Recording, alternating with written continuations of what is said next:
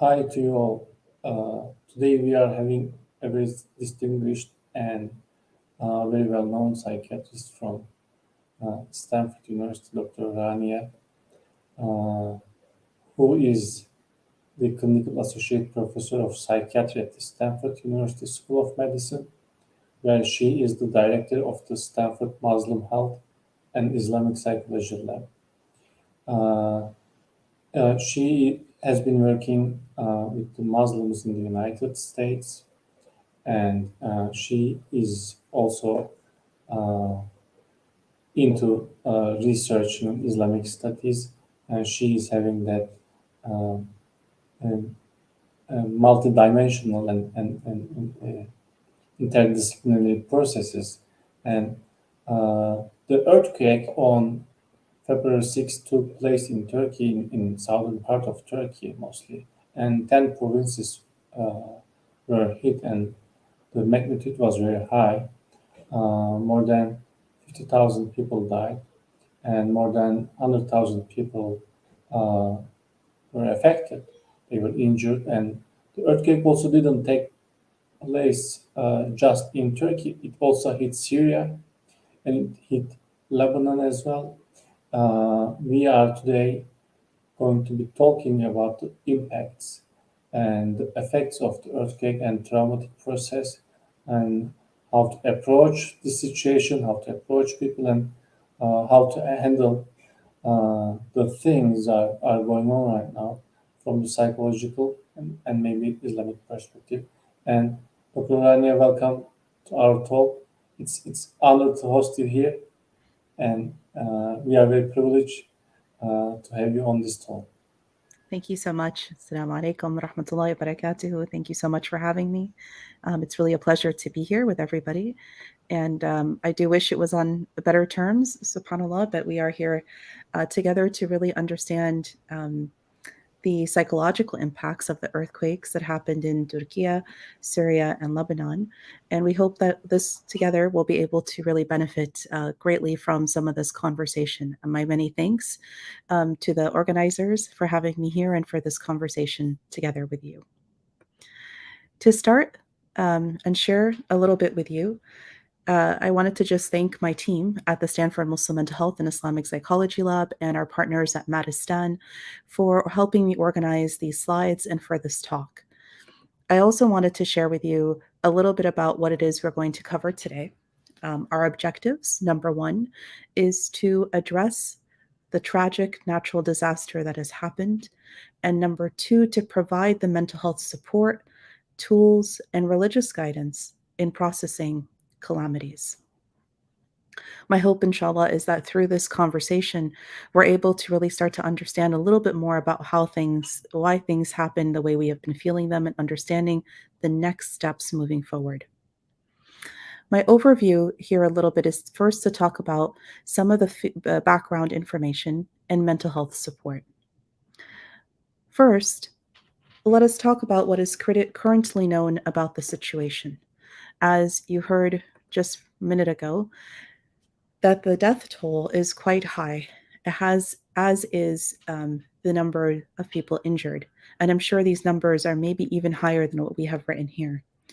After the earthquake that happened in February rather, you see here a very high uh, toll, making it the deadliest earthquake that happened in nearly a century in any of these countries.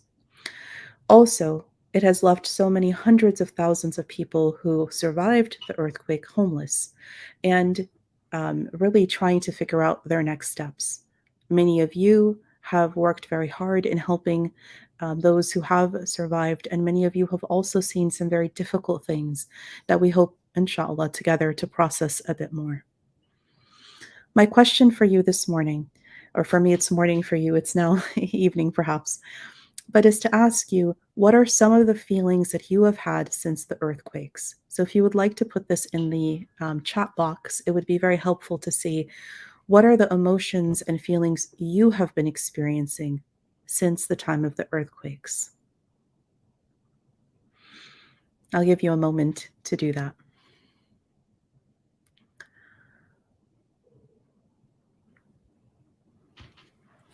For many of you, you may have words such as these. For some, there's been a lot of anger.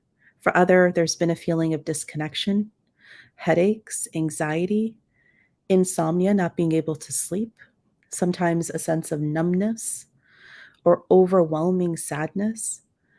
For others, it's been very difficult to talk about what happened or what they saw and witnessed. For others, they prefer to be isolated. For others, they're having physical conditions such as stomach aches or headaches, or not being able to think very clearly. And for others that can't sleep, and some others are sleeping too much. We know that these symptoms are all different types of symptoms that relate to, could be a depression, could be an anxiety, it could also be trauma related. And so when we define this word trauma, we will go to the DSM-5, which is the Statistical Manual of Mental Health Disorders that psychiatrists and psychologists use to diagnose conditions. The definition there for trauma is direct personal experiences of an event that involves actual or threatened death or serious injury or other threat to one's physical integrity.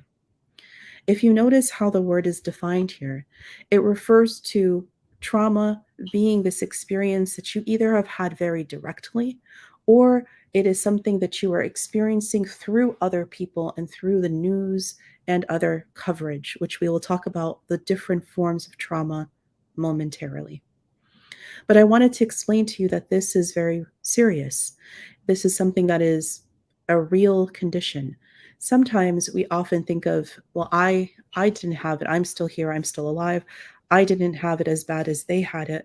So therefore, what I'm experiencing may not be worthy or important. But that simply isn't true. And we'll talk in a moment about some of the myths that we have heard since the time of the earthquake and answer some of those questions as well. Other signs and symptoms include psychological and physical signs and symptoms, like the slide I had mentioned to you earlier. Some of those aspects are things like having a change in behavior or your attitude or your worldview. In other cases, it is having a sense of fear or shame that this may happen again, or something related to your memory or concentration, or feeling like you want to withdraw and not be involved in the things you used to be involved in, losing interest in those things. Or sometimes it's even the everyday parts of life, like brushing your teeth or taking a shower or eating. Some of these also cause a loss of, this trauma may cause a loss of interest in things you normally did or a challenge in things that you typically do daily. We also find that for some people, sleep is definitely an issue, including nightmares. And it could be that people cope in ways that may not be very helpful or useful, such as using substances or other forms of risky behavior. When we find this, you realize that this list is a combination between psychological and physical. And this is very often what we see in times of trauma, that both happen together. There are also, it's very important to note that there are different forms of trauma.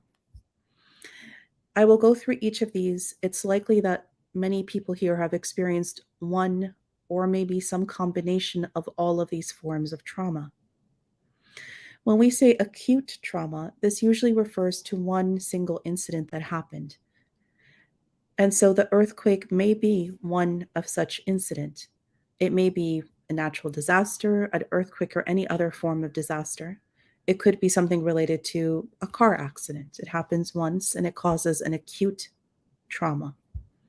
Versus chronic. And what chronic means is that it's repeated. A repeated exposure to the same trauma or to different traumas. You continue having chronic trauma because it happens again and again. An example of this could be domestic violence. When a person is abused within their own home, for example, it happens again and again and again. It could also be related to war.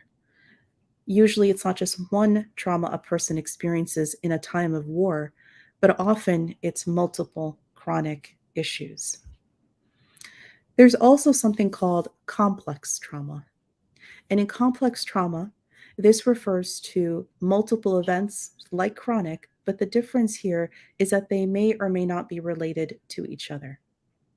And so you have layers of trauma, one above the other. And I'll give examples of each of these. Acute trauma, as we mentioned, is one main trauma that happens to a person. And it could be that it happened to you directly, or it could be that you witnessed the trauma. So, in the example of the earthquake, many people witnessed through the news and through going there to help directly a good deal of trauma. It didn't happen to them directly, but they witnessed it happening to other people. We call this vicarious trauma. Vicarious trauma means that there is an indirect exposure to a trauma that happens. Either you're hearing the stories, you're seeing it through your social media, you are somebody who is very empathic, you care deeply about other people, and so you feel deeply what it is they're going through. Even if you yourself, your body, your home, yourself is okay and fine. But you're feeling this trauma through the trauma of other people, vicarious trauma. An example of this could be when somebody replays an event over and over. So therapists, for example, who do mental health counseling, often experience vicarious trauma because in helping other people with their trauma, they are hearing the story again and again and again. Or somebody watching the news. The coverage may show it again and again and again, and suddenly you're feeling the trauma too. This is a real trauma. It is something that actually is something that needs treatment and help. Oftentimes we say, no. It didn't happen to me. It must not be as important as what happened to them. But actually, both are difficult and both are important. Both lead to a feeling of being overwhelmed, and a sense of burnout. Chronic trauma, as we mentioned, is repeated exposure to the same event, a similar event. And what happens here is something called post-traumatic stress disorder, or PTSD. In PTSD, what happens here is after the trauma, a person has a re-experiencing of the trauma again. And this can be months, weeks, years later, where after the trauma is long gone, if a person did not get treatment and process the trauma, they just pushed under the surface, they go on their life, and later something else triggers it. Something reminds them, something else happens. It comes back again, the trauma, like you were right there again. You're re-experiencing it like you are there again. Sometimes it's flashbacks. You're going about your day and the trauma that happened, you kind of flashes back in front of your eyes. Sometimes you don't even expect it's going to happen. Something, a smell, or you hear something, or you see something that triggers or reminds you of that trauma again, maybe even weeks or months or years down the line. The reason it is important to get treatment for PTSD, and there is very good treatment for it, is because you just don't know. And you may go on with your life and with your family and with your job and with your work, and it may come up again when you least expect it. But if you process through some of the trauma, if you're finding yourself having re-experiencing flashbacks, nightmares that recur over and over, it would be very important to work with a mental health professional, because there is very good therapy and treatment for this to actually make sure you resolve a lot of what's been happening. We also mentioned complex trauma. In complex trauma, you have here multiple events that are not necessarily related to each other. And here is where I'll give the example of refugees.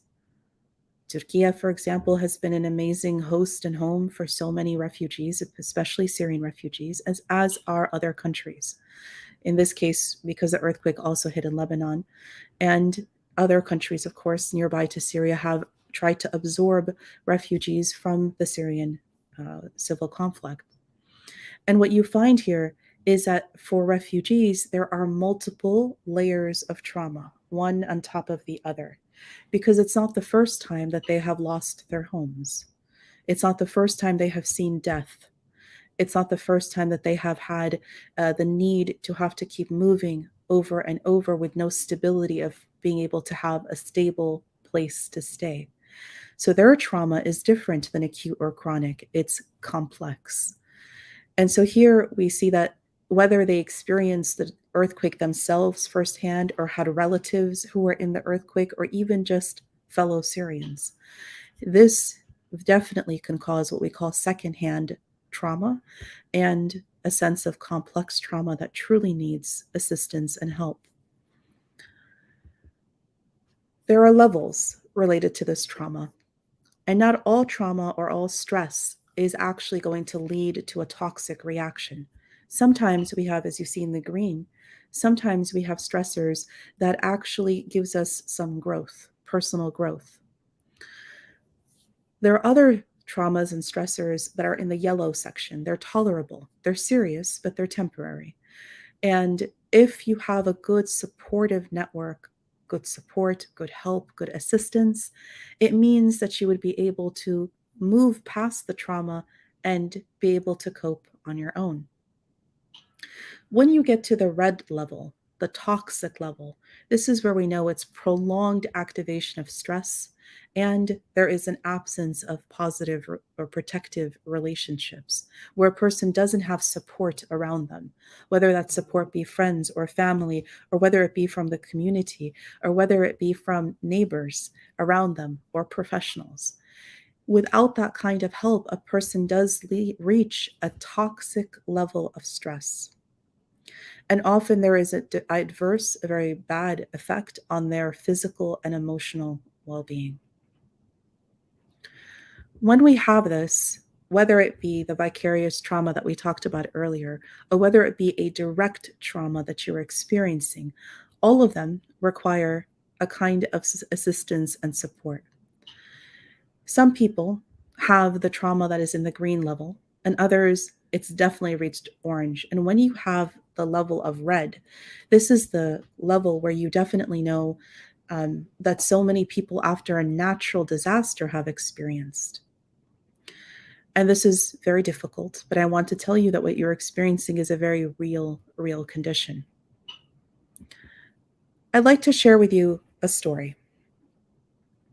And through this case story, we'll be able to tell together a little bit about what to do and how to help. This is a story of a man named Ahmed. And he's 35 years old. He is a father. He has a wife and children. And he has also in his home his elderly parents and a younger brother. Ahmed lives in a flood zone, and his home can be affected by the hurricane. So it's a different natural disaster here, just to explain that many different types of natural disasters can lead to this kind of trauma too. And when the hurricane came, his house flooded, and he found him and his family were on the roof of the home. His family, however, loses most of their possessions, and their home is damaged beyond repair. After several weeks after this incident, Ahmed comes to you and says he has a hard time with sleeping. He continues to have nightmares that he wasn't able to save his children. Ahmed also, who's usually a very good-natured person, says that he's been having a very short temper, much more irritability, much more depression since the time of the flood. He notices his anxiety spikes every time he hears rain. And when it rains hard, like hard rain, his heart begins to race and he finds a shortness of breath. And he worries that the same kind of flood is going to happen again. So considering what we learned together in the previous slides, we see here multiple things recurring. Issues with sleep. We see here that a person is irritable and depressed. We also see levels of anxiety when they re-experience or something is a trigger. So just rain triggers his fear from the time of the flood. In a sense of an earthquake, really any shaking or any loud noise or any kind of rumbling, anything that maybe a little bit resembles an earthquake might put all of the people affected in this category again. Now, I want you to hold on to the story of Ahmed, and we will come back to his story. And after we learn a few more steps and techniques, we're going to try to help Ahmed solve his problem. This next section relates to recognizing mental health challenges. And if we pay attention together, we'll be able to help Ahmed in the story when we come back to how do we help him actually. I'd like to present to you a series of myths. You see here in the box on the side that there are myths. And we collected these because these are the ones that we heard from many, many people during the time of the earthquake. And I'd like to give you the correct response. One of the myths we kept hearing was earthquakes have the same effect on everybody. This is not true. It turns out that depending on whether you have had a trauma before the earthquake, it makes a very big difference how you experienced the earthquake. Some people have never had a trauma before the earthquake. Other people have had multiple traumas before the earthquake. And so the way they experience the earthquake are two different ways. If you look, for example, in adults, we spoke already about PTSD, post-traumatic stress disorder. We mentioned anxiety and depression, and these tend to be the most common ways adults experience a natural disaster like an earthquake. It also depends on their social and cultural context. If they are a group that is often discriminated against, or there's a stigma against them, or they may be marginalized in some way, they usually have more challenges than other people. If a person, as we mentioned, is of little means, or they've experienced multiple upheavals like refugees, then their trauma may be more than other people as well. And over time, it may be that they experience the trauma completely differently. When we look at children and adolescents, one of the myths that we often heard was something along the lines of children are less vulnerable to disaster, meaning that they can bounce back quickly. This is not necessarily true either. It turns out that children do experience or often experience trauma differently than adults. What that means is sometimes they'll have a very hard time regulating their emotion and behavior. And because they don't have the language, the words to explain to you exactly what's happening the way an adult might, instead you see the trauma in their behavior more than in their language. So what do I mean? Regressive behaviors, such as a child who's now 10 might start bedwetting again, like when they were much younger, or sucking their thumb, or doing some other form of behavior that soothes them as they did when they were a much younger child. So regression. Also, regulating behavior. So they may be angry and irritable and not really able to fully explain to you what's happening. And so you'll see it more in their behavior than anything else. It is really important that we take children at their age groups and help them process the trauma based on their ages, whether they were directly affected or whether they witnessed the trauma, as we mentioned, indirectly, vicariously. And so what we find is that younger children may have a limited understanding of the events and the consequences. They don't quite fully comprehend what all this means. Whereas the older children, the adolescents, may have more of a loss of disruption of their identity and future plans. And for that reason, they're feeling a great sense of distress and behavioral differences. Here's what I mean by the age ranges. It is very helpful to take a look at the age ranges. For the very young children, toddlers, very, very young, 1 to 3 years old, you see that the common regressions are things like the bedwetting and thumb sucking, as we mentioned. But you also find that they'll have a lack of appetite and having issues that are more physical, like stomach issues or headache issues. And they may show their irritability in disobedience or bad behavior, but it's not actually bad behavior. It's that they don't have the exact language to explain to you what's happening.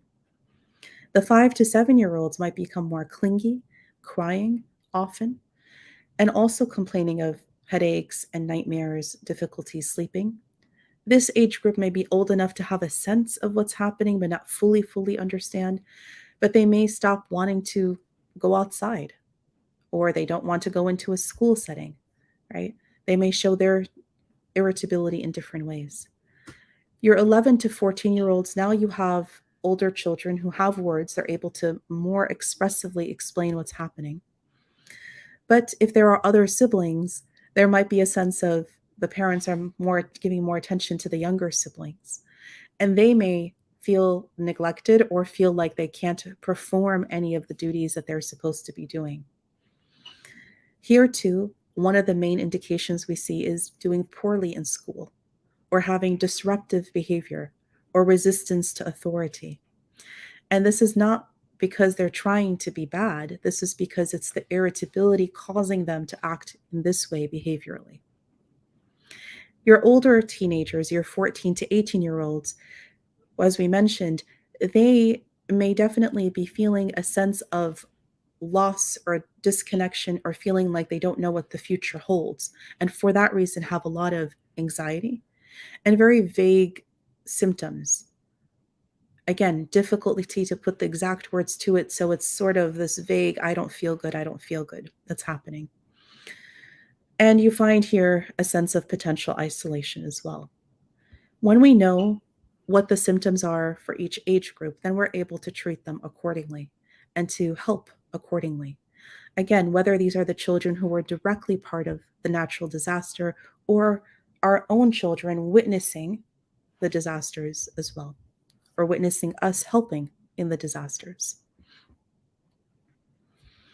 I mentioned the term vicarious trauma before, and here is a very common myth that we hear people say, and it's not accurate.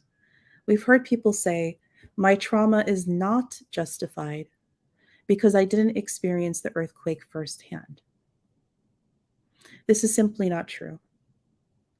Friends and relatives of the victims of the earthquake and those who were doing disaster relief volunteering, going to help as a volunteer, they too may very well experience symptoms of trauma. Sometimes it shows up as guilt or even shame. Guilt because sometimes people feel it could have been me and I didn't lose life or property. And so I have a sense of survivor's guilt. For others, it could be shame, as in to say, why am I feeling this way when they lost so much more than me? But vicarious trauma is a trauma, nevertheless. And it really is important to try to treat it. Otherwise, a person may end up questioning their competence, their worthiness, their value as somebody who was a helper and a caregiver. They may also become very burnt out and unable to function in their normal life, in addition to society in general. This leads us to individual trauma. And for so many people, there was a sense that their trauma wasn't justified because they didn't experience it firsthand, but they were experiencing trauma, anger, rage, sadness, feeling of helplessness. I don't know how to help. Feeling like a bystander guilt. I'm standing by, not able to really truly do something, and a lot of shame and self-doubt because of it. Many people said that they felt preoccupied. They couldn't focus on their work or their school or their family because they were preoccupied by all the thoughts related to the earthquake. Other people over-identified, as in to say it could have been them. They very well saw themselves in the shoes of the people who lost their lives.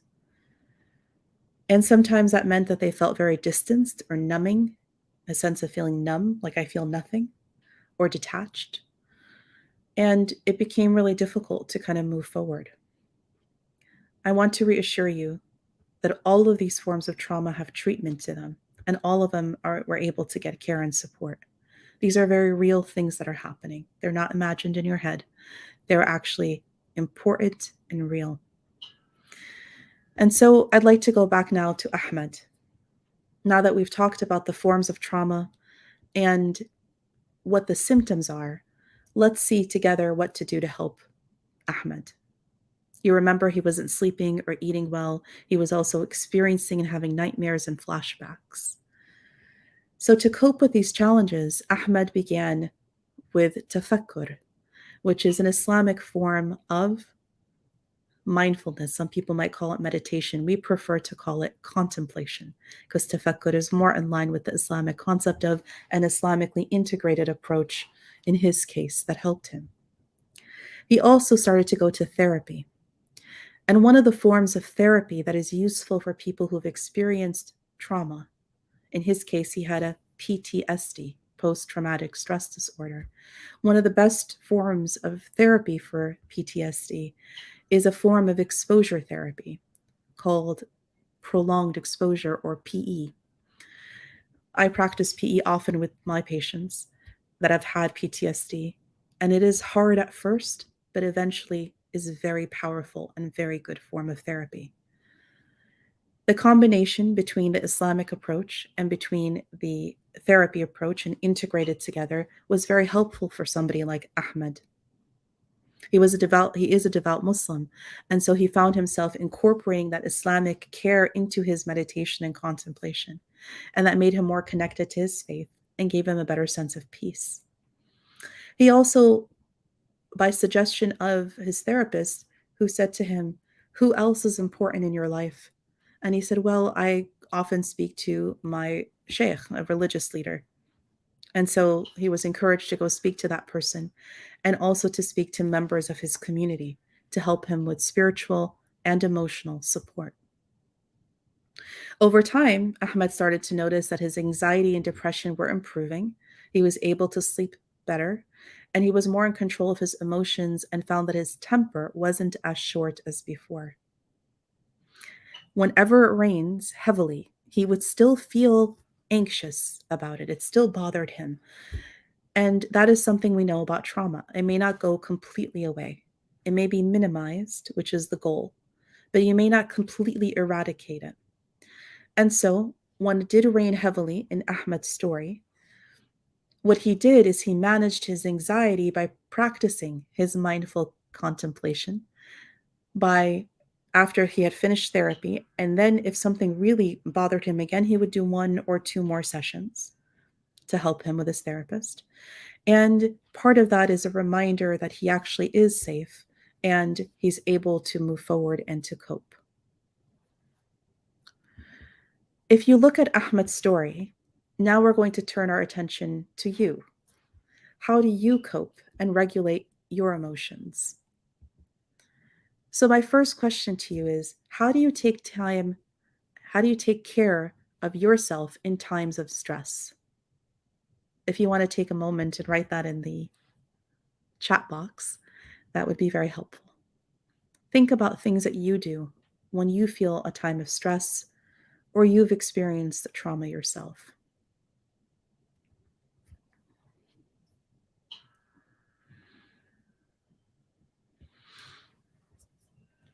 Some of you may have written things such as this: coping strategies for trauma, and we'll go through them together.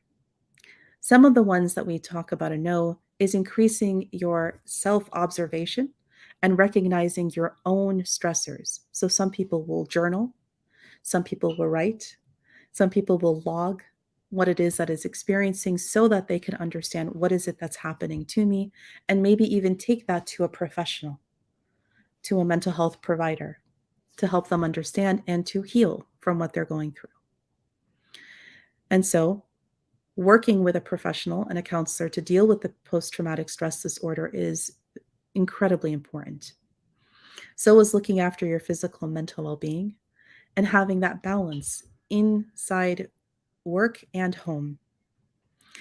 And also not taking the responsibility of others' well-being, but to give them some of the tools to take care of themselves. Often we find with volunteers and people who are very helpful, sometimes they take on too much of the other person, and then they are very heavy, burdened. There needs to be a certain amount of giving the tools and techniques, or referring them to a professional therapist who can give them the tools and techniques so that you're not taking it all on yourself. And of course, having social support from friends and family is very useful and helpful. If I turn for a moment to the Islamic concepts of coping, here it's very important because we find that our Prophet Muhammad sallallahu alaihi wasallam had very important strategies that we are taught through our faith. One of them is what we call cognitive reframing. To take what looks like a trauma and a very difficult circumstance and to reframe the thinking around it. And so what the Prophet Muhammad sallallahu alaihi wasallam would do is he would talk about when a person is suffering, something has happened that is very painful and difficult, and reminding them that the people who suffer the most deeply are the ones who are the most deeply loved by Allah subhanahu wa ta'ala. That he tests those that he loves the most. And even though that may be hard to understand and why is this the case, we know that there is something that's actually helping us in all of what is being given to us, because Allah has clearly said in the Quran that he is going to, with every hardship, there is ease. They come together, right? They're always together. Inna ma'al yusri, inna ma'al usri yusra, together. The usr and the yusr come together. And this concept here is repeated also by the Prophet Muhammad sallallahu alaihi wasallam through a narration that you see here, that عَجَبًا لِأَمْرِ الْمُؤْمِنِ إِنَّ أَمْرَهُ كُلُّهُ خَيْرٌ. That how wonderful it is, the case of a believer, that everything that happens to them is good. وَلَيْسَ ذَلِكَ لِأَحَدٍ إِلَّا لِلْمُؤْمِنِ. And this is not true for anybody except for a believer. Why? Because only the believer has the ability to cognitively reframe something that is difficult to them to something positive.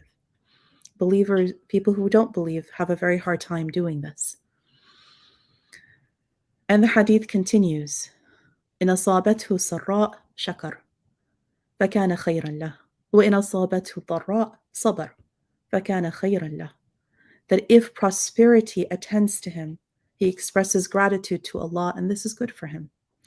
And if adversity befalls him, he endures it patiently, and this is better for him.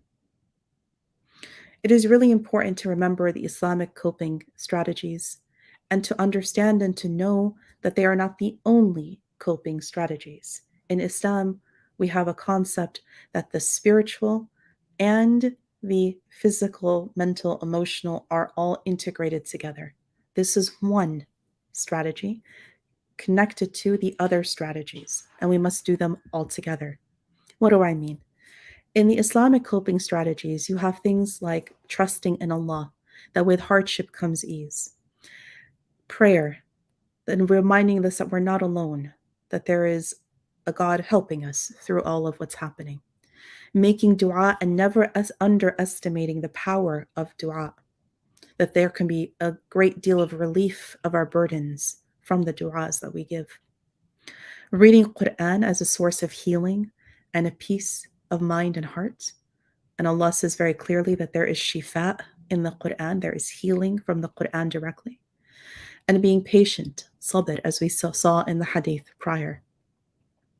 And it's important to remember that accepting help from community, resources, mental health professionals is part of our Islamic coping strategies, because we're told very clearly from Allah in the Quran that we should seek help from the people of knowledge if we don't know.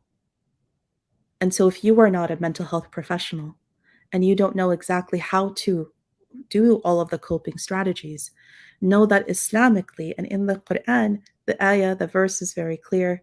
اسألوا أهل الذكر إن كنتم لا تعلمون. Ask the people of knowledge if you don't know. And for many of us, we've never been in such a massive natural disaster or difficulty, and we do need to turn to others for help and support, and that is part of the Islamic coping strategies. Other forms of coping strategies that are helpful as well is to make sure to know that all of the ones on the slide here can also help to heal you. That requires being able to talk about our feelings and not push under the surface. Because when we push like that, what happens, as we said before, you'll go about your life weeks, months, years later, and suddenly it pops back up. And sometimes it pops up very strong and unexpected.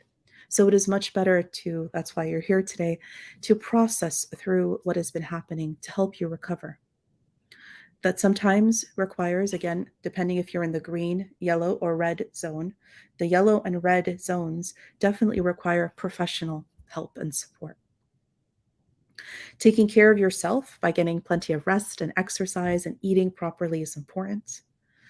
Doing something positive where you feel like you are helping other people and having a sense of control again is very important, as is spending time with family and friends, because it is often the people closest to us who know us the most that are also able to help us.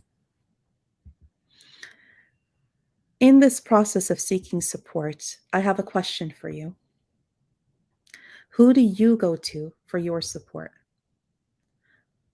What does support look like for you? I would love for you to tell us in the chat box, who do you go to when you go for support? And what has that looked like for you in the past? And does it help you?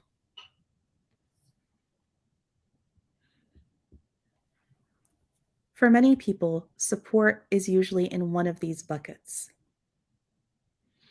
We talked a lot today about mental health support, whether this be talk therapy, whether it be medication, or both. So a very good first step would be to talk to a counselor that has experience working with people who have been in natural disasters before.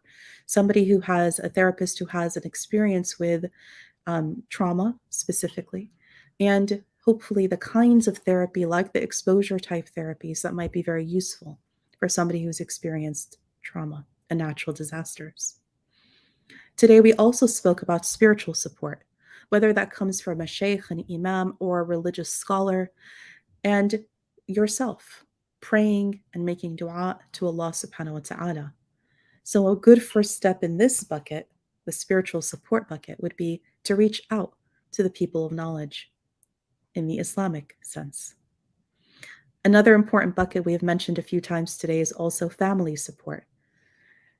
And every family is different. Not every family is supportive. And so you'll have to see, is this something that could be that you speak about openly with your family? Sometimes there are elders of the family who have a lot of wisdom, and through their advice and being in their presence, you can find yourself with some healing as well. Maybe they have been through their own traumas previously and have gained wisdom about this. So a good first step here would be letting your family members know that you're very much struggling and you're in need of their love and support. A fourth bucket is the community support bucket. And this can mean signing up for resources such as today's conversation, and I'm very thankful you all are here. I hope this has been useful, and other community outreach programs. And so a good first step here would be to find the resources that are available to you from your neighbors, from your community, from leaders, to figure out what can be most useful. And it's important to know that people experiencing any type of trauma can benefit from incorporating these different buckets into their support systems in order to move forward in a better manner, inshallah. When you come to support others, which I know many of you here have been in the role of supporting others, there's a couple things to keep in mind, such as what is empathy? Empathy is an emotional skill that so many of us use. It means putting yourself in the shoes of somebody else to understand and reflect back their understanding and experience. Empathic listening is attentively listening to the other person to understand that experience. And this is something that was well known from the Prophet Muhammad sallallahu alaihi wasallam. He very much in other people would feel that when they were in his presence, they felt understood, that he didn't pass judgment or give quick advice. He really listened carefully, fully, attentively. And the person speaking to him would feel supported by him and not judged. So this concept of empathic listening is part of our tradition, but it must also have balance. So you want to avoid challenging a person who's speaking to you or interrupting them. Give them their full ability to listen. Allow for silences. Sometimes it's helpful to just be silent, to be with them, and you're both silent. You don't have to fill the space with words all the time. Some of those silences heal Allow them to lead the conversation. Use what we call open body language, like maintaining good eye contact, sitting near them if it's possible. Don't sit with your arms crossed because this gives a sense of you're not open. Keep your arms uncrossed because this shows that you're open to whatever it is they might share with you. And if you don't understand something they said, clarify. Don't assume anything. And at the end, summarize what it is that you learned or understood from them to make sure and say something like, if I understood you correctly, you said X, Y, Z. And if it's incorrect, they can fix it for you. That way they know you've heard them, you're listening, you care. And this is very similar, by the way, with children. When talking to young children about the earthquake, whether they've experienced it directly or indirectly, when you create an open and supportive environment, and depending on their age, as we show the charts of the ages, to be honest. And sometimes the honest answer is, I don't know. Or Allahu Alam, only Allah knows. Use words at their age, come down to their level, words that they understand and concepts that they may understand. So they may not, a young child may not understand the concept of the earthquake, but they may understand that their friend is not able to live in that house anymore and is looking for a new place to live. Acknowledge and validate the children's thoughts, feelings, and reactions, even if they seem different than yours as an adult, even if they seem strange. And lastly, make sure to be reassuring and intentional, right? To give them the kind of love and support that they need as much as possible. And with that, I hope this has been a very useful conversation for you. I'm open to your questions. We have some time for those questions. I'm also leaving for you some information here to get how to get in touch with us. If you would like to, at the Stanford Muslim Mental Health and Islamic Psychology Lab, and also our partners at Madistan that take the research at the lab and then allow it to become trainings and education and resources for all people and communities, inshallah. So please stay in touch with us with this content. And at this point, I welcome your questions and feedback, inshallah. Dr. Rania, thank you very much for your enlightening and emotionally soothing talk. I'm going to be using the opportunity to be moderator and asking the first question. Last week I was in the eastern part of Turkey and then had a chance to get in touch with the survivors, and I organized my structured PTSD intervention program. But when I went to the place, what I saw was people were just looking for somebody to talk to, saying how hard it was and how difficult it is, the future anxieties they have in mind, etc., etc. But the thing your presentations and talk brought question into my mind. We were rushing into the place to help out those people with the Western-oriented psychological tools. What you showed us right now, Turkey is a country where neighborhood and the social ties, and it's a collectivist country and different than the Western organized Yes. psychological orientations. And do you think, Dr. Rania, it shows change in healing people's process rather than only giving psychological tools, but as you mentioned, using the spiritual or religious perspective, neighborhood support, and other things as well, rather than just using EMDR or I didn't know about PE, but rather than just using those, do you think using religion and other things would be speeding up the process? What do you think? It's a very good question. And a lot of our research, since we are researching exclusively on Muslims and Islamic communities and societies, what we have found in our research is that and this is true, by the way, not just of Muslims, but anybody who comes from a faith background, that if you are a person from a faith background and there is no part of your healing connected to the faith, there's something lost, there's something missing or disjointed. And so this is why we have such a push for Islamic psychology, and to make sure that it is bridged to the modern psychological treatments as well. We want to make sure it's not just all historical, it's also bridged to modern science and medicine. The reason for this is when a person comes from a faith community and goes to therapy where it is very secular and there's no discussion on God or faith or dua or prayer or any of these things, you feel like part of you is missing. But if you integrate it together, it's much more holistic and you're able to do mind, body, soul together. And when you have this, we find that yes, healing is actually either just as good or even better than therapies that don't include faith or religion at all. Thank you very much, Dr. Rania. And there is this question. We also saw this in Turkey. People were being ashamed of, I'm ashamed of lying in my warm bed. I'm ashamed of feeding myself with the food. Those survivors are not able to. Shema is asking, where is the balance line between preventing vicarious trauma and ignorance of people's harsh experiences? Should we focus on preventing ourselves from indirect trauma? Very good question. Thank you, Shema, for the question. And to think about vicarious trauma, the answer in short is yes, we should do our best to not put ourselves in a place in which we receive vicarious trauma.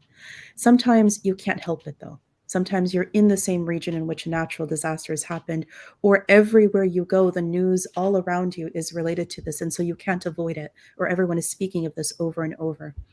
In best case scenario, you would avoid putting yourself in a situation that would give you vicarious trauma. But when it's not possible to avoid it, then it would require some support and techniques. Many people think about therapy as just talking with the other person. But actually, what therapy truly is getting tips and techniques and being able to implement them in your life so you can do the therapy for yourself. This is the goal of professional therapeutic process. So I encourage Shema and others to really think about if they've experienced that vicarious trauma, they should also get that support and help that they need. Mhm. And thank you, Dr. Rania. And the next and last question coming from Ayaz. Rania, we experienced this thing, the disinformation thing on social media were going on during the earthquake time, for example, when people were rushing to take out the survivors from the ruins. On the social media, there were posts saying, okay, the refugees are cutting the hands of ladies and then taking the golds from their hands, etc. And the Please. misinformation and disinformation. Ayaz Assad is saying, considering the scale of the earthquakes, experts and personal therapy sessions need to be supported by the other segments of the society. As an expert in the field, what would you advise us to say to media and NGOs in Turkey? Yes, this is a really good question as well. And it is true that you're going to need a whole society approach. The first part in which is mentioned, we really do need everybody involved, whether it be the professional experts, as you mentioned earlier, the community, or with friends and family. All members of our society need to be very present and actively, purposefully helping in this case. In terms of media, it is an interesting situation. The earthquake this time, because it was covered by we have social media, unlike 20 years ago when there was the earthquake, but there wasn't social media. It's different experiences. Many people who weren't even there felt very directly connected because they were literally sometimes even texting or tweeting or writing a live coverage minute by minute by minute by minute as people were being recovered. Or in our case here in America, we have people in our community here who are minute by minute messaging with family members who are in the ruins. And so they're very directly experiencing what's happening. And the part about the media NGOs, there has to be safety in coverage. And so sometimes, as you mentioned, that there is coverage that really should not have been covered. It's something that will definitely cause vicarious trauma. They may be wanting to show the extent of what happened, but showing things that are very graphic or something that is showing death, for example, as it's happening, is really very harmful potentially to others. And so part of that is having the guidelines of media consumption, of what a person should consume in terms of their watching media, and also the media producers, the NGOs, for them to also monitor and put boundaries on what it is they show. Both things need to be developed and further, especially in a natural disaster. There are media guidelines already of coverage, but in a disaster zone, it requires even more careful, protective coverage. Mhm. I guess that was the last question coming from Ayaz and the other participants. And Dr. Rania, what would your closing words to us, and then what would you say with your words? I would like to end this session. Sure. First, I would like to say that it's really an honor to be here. Thank you so much for inviting me and my team to really be able to provide some of these concepts and resources. I'd also like to say, as somebody who has visited Turkey many times, and I hope to continue to, and as somebody who has also worked very directly with Syrian refugees over the years, it's my heart, it was hurting so much. I mean, it's really hard. I'm sure, as all of you have felt, this sense of overwhelming sense of sadness, and also a reminder that Allah subhanahu wa ta'ala will never leave us. He will never send us something we can't handle. And so it was a kind of, sometimes it feels like a little bit of a battle back and forth of feeling very overwhelmed and sad, and then a reminder that Allah won't send a group of people or an individual destruction or difficulty or stress or trauma unless He's also sending with it support and care. I hope, inshallah, that the community there has experienced some of the support and care. I think it needs to be sustained and long term, something that we don't just forget, that we talked about for a little while and then it just goes away. I do hope that this is something sustained, and I'm happy to be of assistance and help, and my team, of course, as we go forward as much as possible. So the balanced reminder, that holistic Islamic reminder, as we were mentioning, is really for me the key for all things related to this particular incident and any others as well. And we're praying very intensely, and inshallah, as the door of Ramadan is opening just in a day or so, to really pray for all of those who have been afflicted. And I hope, inshallah, this lifts some of the calamity. Inshallah. And thank you very much. And thank you, our participants. Assalamu alaikum. Thank you so much. Wa alaikum assalam wa rahmatullahi wa barakatuh.